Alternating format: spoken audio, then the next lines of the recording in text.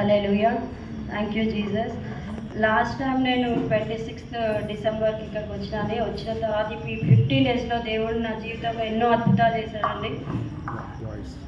అందులో మా బాబుకి బాగాలేకుండా అసలు చాలా మోషన్స్ వామిటింగ్స్ అవుతున్నాయి, కంటిన్యూస్గా మోషన్స్ వామిటింగ్స్ అవుతున్నాయి. మెడిసిన్స్ వేసినాం, కొంచెం తగ్గినట్టు అనిపించింది. సరేలే తగ్గింది కదా అని హాస్పిటల్కి వెళ్ళలేదు. సడన్గా ఉండి 1.5 అవర్లో ఒక 14 to 15 times మోషన్స్ వామిటింగ్స్. ఇట్లా జస్ట్ కూర్చుంటాడు, మమ్మీ వాష్రూమ్కి వెళ్ళాలని మమ్మీ అని చెప్తే నాకు టెన్షన్ అయిపోయింది. చీకటి అయిపోతుంది, ఇప్పుడు హాస్పిటల్ తీసుకెళ్తే ఎక్కడ అడ్మిట్ చేయమంటారేమో అని చాలా భయపడిపోయినాను అనమాట. వెంటనే తమ్ముడికి కాల్ చేసి కొంచెం ప్రేయర్ చేయమని చెప్పి ప్రేయర్ చేయమనగానే తమ్ముడు ఫోన్లో ప్రేయర్ చేసిన మీరు నమ్ముతారో నమ్మరని చేసిన 10 minutesలో మోషన్స్ మొత్తం ఆగిపోయినాయండి.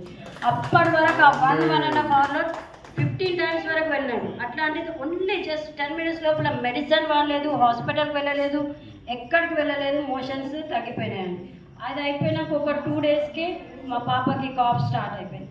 ఎంత విపరీతమైన కాఫ్ అంటే అసలు నా జీవితంలో అంత దగ్గుతారని కూడా తెలియదు నాకు, అంత కాఫ్ ఉందన్నమాట. అసలు అప్పుడు కూడా చాలా భయపడిపోయినా. నైట్ టైం, అది కూడా సేమ్ నైట్ టైం అయింది. హాస్పిటల్కి వెళ్తే ఎక్కడ అడ్మిట్ చేయాల్సి వస్తుందేమో అని చెప్పి భయపడుతూ మార్నింగ్ వరకు తమ్ముడికి కాల్ చేసినా తమ్ముడు చూసుకోలేదు. 2-3 times కాల్ చేసిన. మళ్ళీ తర్వాత మార్నింగ్ కాల్ చేసినప్పుడు ప్రేయర్ చేసింది. దాని తర్వాత పాప కూడా కాఫ్ మొత్తం తగ్గిపోయిందండి. అసలు కాఫ్ కొంచెం కూడా లేకుండా తగ్గిపోయింది.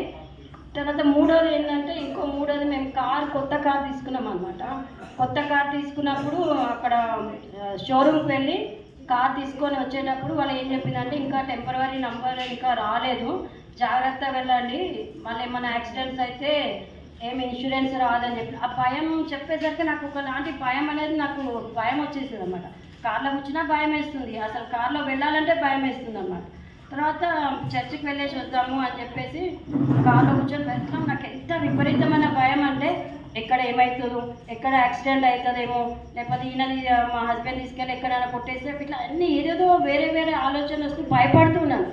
అప్పుడు కూడా మళ్ళీ ఇమీడియట్గా తమ్ముడికి కాల్ చేసి ప్రేయర్ చేయమని చెప్పిన. ఇట్లా నాకు చాలా భయం వేస్తుంది, నాకు ఎందుకో కార్లో కూర్చుంటేనే భయం వేస్తుంది, కూర్చోవాలన్నా వెళ్ళాలన్నా భయం వేస్తుంది అని చెప్తే మళ్ళీ ఫోన్లోనే ప్రేయర్ చేసినాక జస్ట్ ప్రేయర్ ఇట్లా పెట్టేసినా అయిపోయింది. అసలు భయం అనేది కూడా అప్పుడు ఎట్లా వెళ్తున్నా కానీ అసలు ఏమనిపించలేదు అనమాట. అంటే దేవుడు ఇక్కడ వచ్చినప్పుడు మనం చేయి పెట్టి ప్రార్థిస్తేనే అద్భుతాలు చేస్తారని ఏం లేదండి. దేవుడు మనం ఫోన్లో చేసి దేవుడు ప్రేయర్ చేసినప్పుడు కూడా దేవుడు అద్భుతాలు చేస్తాడు. నా జీవితంలో ఈ వారంలో 3 అద్భుతాలు దేవుడు చేసినాను. అందుకే దేవుడికే మహిమ కలుగును గాక. ఇప్పుడు కూడా నేను ఈ వచ్చినప్పుడు ప్రేయర్ చేసుకున్నప్పుడు దేవుడా నాతో ఈరోజు మాట్లాడండి, నాతో మాట్లాడండి, మీరు ఏ విధంగా మాట్లాడతారో నాకు తెలియదు, నాతో మాట్లాడండి అని ప్రేయర్ చేసుకుంటున్నప్పుడు ఫైర్ అనాయింటింగ్ ప్రేయర్ చేసినప్పుడు తమ్ముడు నా చేలో మొత్తం 2 చేలో ఇట్లా బర్నింగ్, ఎంత బర్నింగ్ అంటే ఇంకా తగ్గట్లేదు, ఆ బర్నింగ్ ఇంకా ఉంది. అందుకు దేవునికే మహిమ కలుగును గాక.